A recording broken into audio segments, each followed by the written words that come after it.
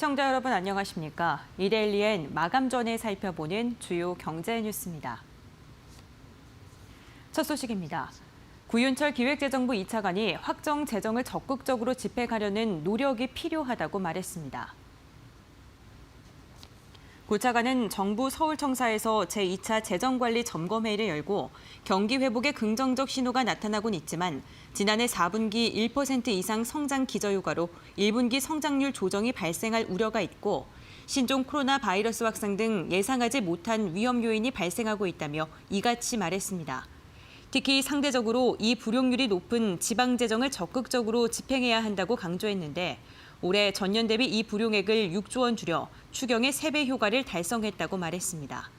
이어 연례적으로 진행이 부진하고 관행적으로 지원되는 보조 사업에 대한 정비 방안을 마련할 계획이라고 밝혔습니다. 김용범 기획재정부 1차관은 신종 코로나 바이러스 감염증인 우한 폐렴과 관련해 아직까지는 우리 경제에 미치는 영향이 크지 않다고 평가했습니다. 김 차관은 오늘 정부 서울청사에서 제2차 물가관계차관회의 및 혁신성장 점검회의를 주재하고 이같이 밝히면서 향후 전개 양상에 따라 부정적인 영향도 우려되는 만큼 실물 경제와 금융시장에 미치는 영향을 점검하고 선제적으로 대응 방안을 마련하겠다고 말했습니다.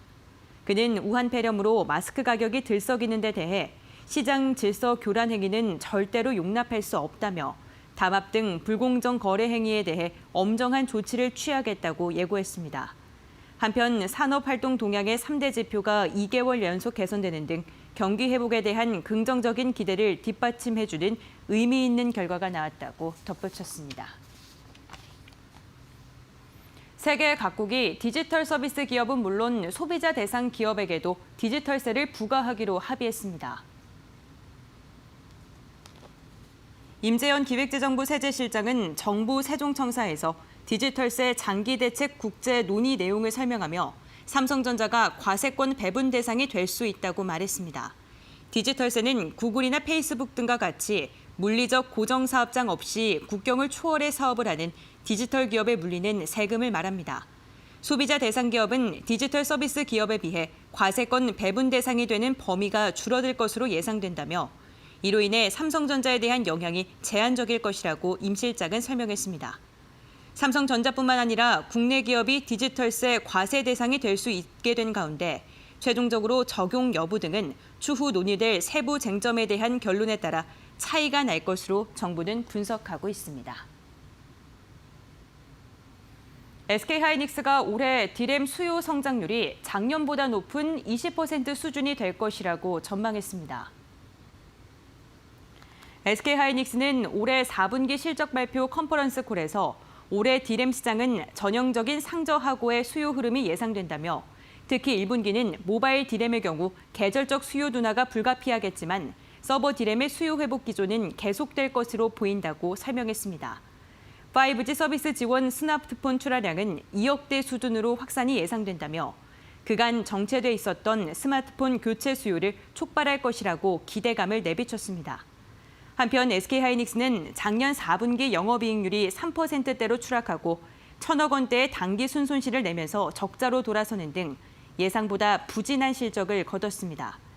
영업이익이 2조 7,127억 원으로 전년보다 87% 감소한 것으로 잠정 집계됐습니다. 앞으로 꼬마 빌딩 등 소규모 비주거용 부동산에 대한 상속 증여세를 매길 때 시가를 꼼꼼히 평가할 예정입니다. 국세청은 올해부터 비주거용 부동산의 상속 증여세 결정 과정에서 공식력을 갖춘 둘 이상의 감정기관의 평가를 의뢰하고 상속 증여재산을 평가할 예정이라고 밝혔습니다. 소규모 비주거용 부동산은 대부분 공시가격으로 상속 증여재산이 평가되고 신고되고 있는데 공시가격이 저평가인 상태가 많아 거주용 부동산과의 형평성 문제가 있었습니다.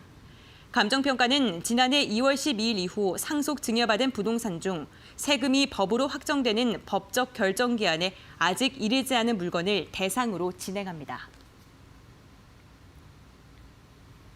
S-오일이 지난해 최악의 정제에 맞은 탓에 저조한 실적을 내놨습니다. S-오일은 지난해 연결 기준 영업이익이 4,491억 8천만 원으로 전년보다 29.8% 감소했다고 밝혔습니다. 당기순이익은 66.5% 감소한 865억 3천만 원으로 집계됐습니다. 매출의 약 78%를 차지하는 정유사업 부문이 적자 전환한 영향입니다. 지난해 부진한 실적에도 S-오일은 올해 사업 전망에 대해 긍정적으로 판단하고 있습니다. 특히 정유 부분은 정제 마진이 IMO 2020 시행 및 미중 무역 분쟁 완화에 힘입은 수요 성장이 신규 설비 증설 규모를 넘어설 것으로 예상됨에 따라 개선될 것으로 전망하고 있습니다. 회사는 실적 개선을 위해 올해 고유황유를 판매하지 않고 저유황유로 블렌딩해서 판매할 계획이라고 밝혔습니다. 이어서 이 시각 간추린 뉴스입니다.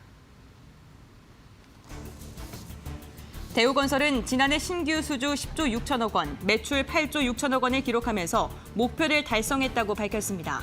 다만 영업이익은 3,600억 원으로 42% 감소한 것으로 잠정 집계됐습니다.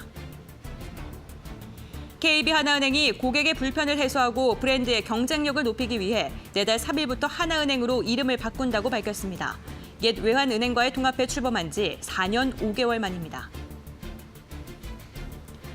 포스코 ICT는 연결 기준 작년 한 해 영업이익이 481억 원으로 전년보다 14% 증가한 것으로 잠정 집계됐다고 공시했습니다.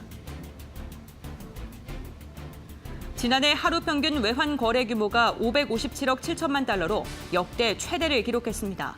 교역 둔화에 외화 벌이가 줄었지만 외국인의 국내 증권 투자가 늘면서 파생 상품 거래가 활발해진 덕분입니다.